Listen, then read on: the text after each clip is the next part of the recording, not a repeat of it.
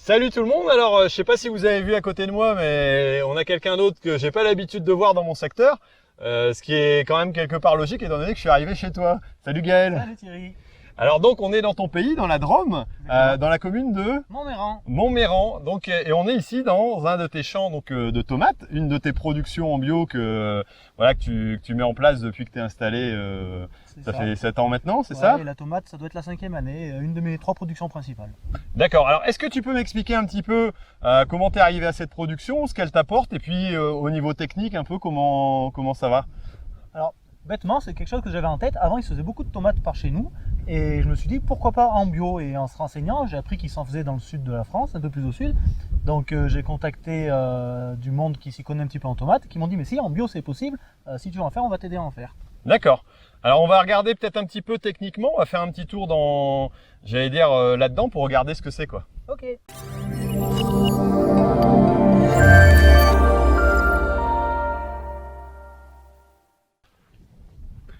Voilà, alors c'est quelle variété que tu produis ici? Alors là, la variété c'est Perfect Peel, c'est une variété qui est très vieille, mais qui fonctionne très bien en bio. D'accord. Alors tu peux en montrer un petit peu à l'intérieur. Alors vous semez ça en double rang, c'est ça? Vous plantez, hein, c'est ça? Voilà, c'est planté en double rang. Ok, alors pour ceux qui veulent, il y a des vidéos sur la plantation, hein, si je me trompe pas, Gaël. C'est ça. Voilà, donc c'est irrigué au goutte à goutte. D'accord. Il y a combien d'écartements entre les plants là? Il y a 45 cm. D'accord. Ok. Et l'irrigation est indispensable pour cette production-là? Ah oui, chez nous, de toute façon, s'il n'y a pas d'irrigation, on ne peut pas faire de culture. Il n'y a pas de production, ouais, quoi. C'est pas possible. Ok. Et donc la destination, c'est pour faire du coulis, c'est ça? Oui, ça peut partir effectivement en coulis ou en tomate pelée. Ok. C'est difficile à produire par rapport aux ravageurs. T'as des moyens de traitement, des moyens de lutte quand même? Alors, oui, c'est quand même difficile.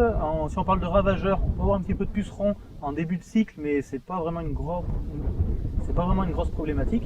La problématique, ça va être la noctuelle. C'est un papillon qui vient pondre ses œufs et la chenille va venir percer les fruits. Donc, contre cette noctuelle,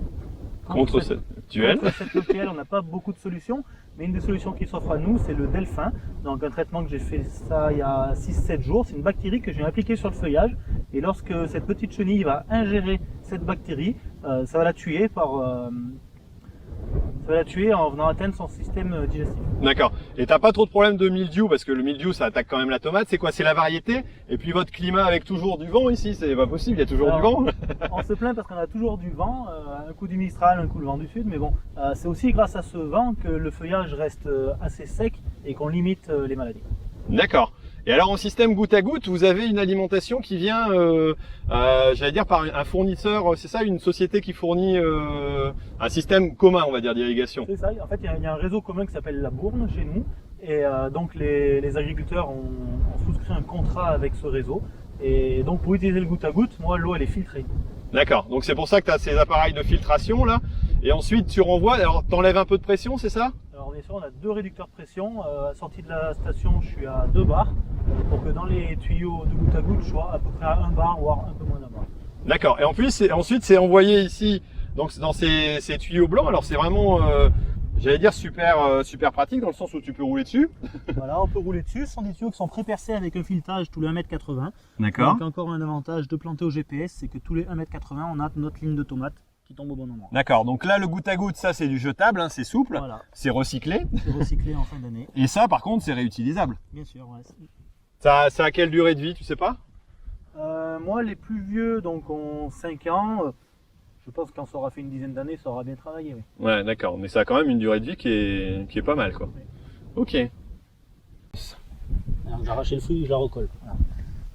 Voilà, alors là on en voit une qui sort ou qui rentre de noctuelle, donc en plein dans la tomate. Donc, voilà. Donc ça veut dire que ça n'a pas fonctionné à 100%, quoi. Donc les traitements qu'on utilise sont jamais efficaces à 100%, mais ils servent quand même à diminuer l'attaque. Ok. Il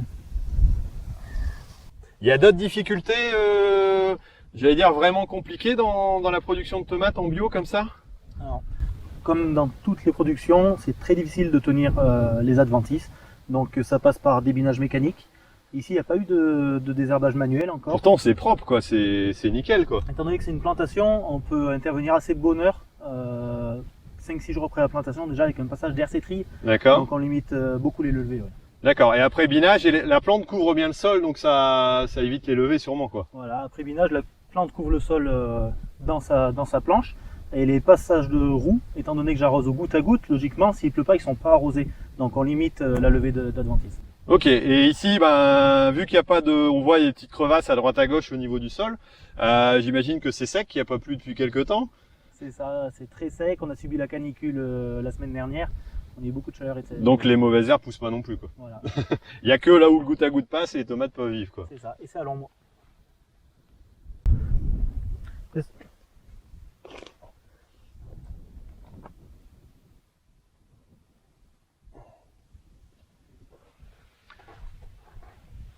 Après, si on peut expliquer la différence de stade entre les premiers fruits et les... Ouais, vas-y. Là, toi Thierry, tu as des fruits qui sont déjà bien formés. Et à côté de ça, tu as des fleurs qui sont tout juste fécondées. Donc ça va faire un gros écart de maturité, on est d'accord.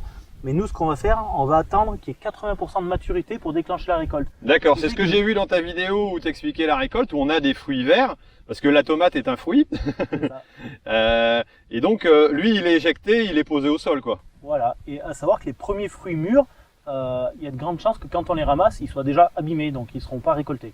D'accord. Donc on va choisir, en fait, c'est les fruits du milieu qui vont être récoltés. D'accord, pour avoir le tonnage maximum. C'est ça. Alors on parle de rendement justement, tu peux me dire un peu combien ça peut produire comme ça un champ de tomates?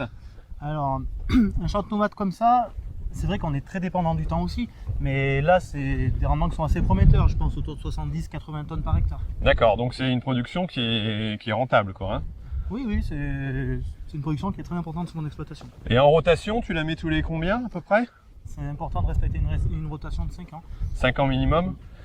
Si on met d'autres, j'allais dire, il y a d'autres ravageurs qui peuvent être aussi portés. Je sais pas, il y a du rhizoctone, du sclérotinia sur la tomate. Alors, on peut subir, ça peut arriver des attaques de sclérotinia. Moi, j'ai pas connu encore, jamais connu. D'accord.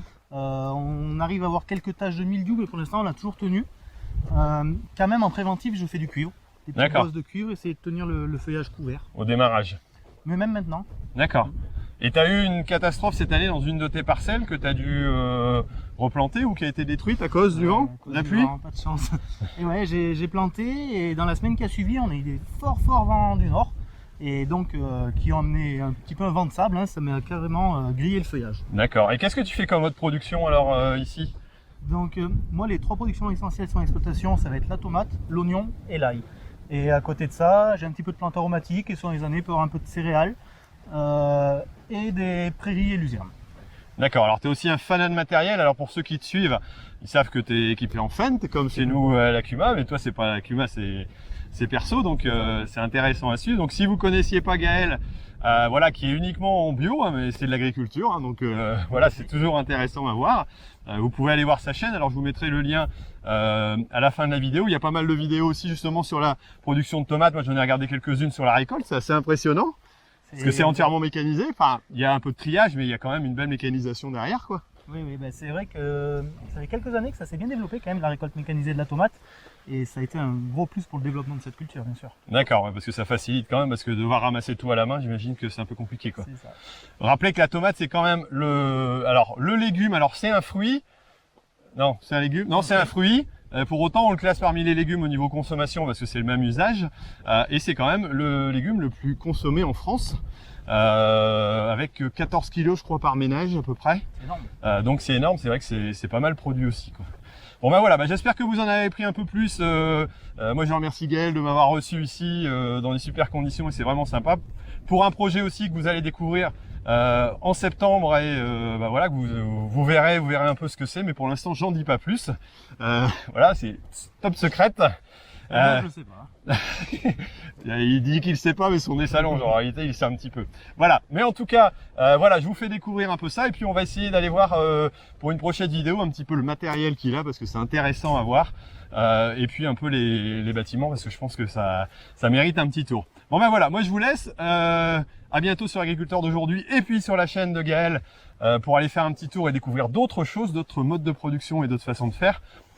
Surtout d'ici là, ne l'oubliez pas, l'agriculture mérite d'être expliquée. Allez, ciao! Ciao, ciao!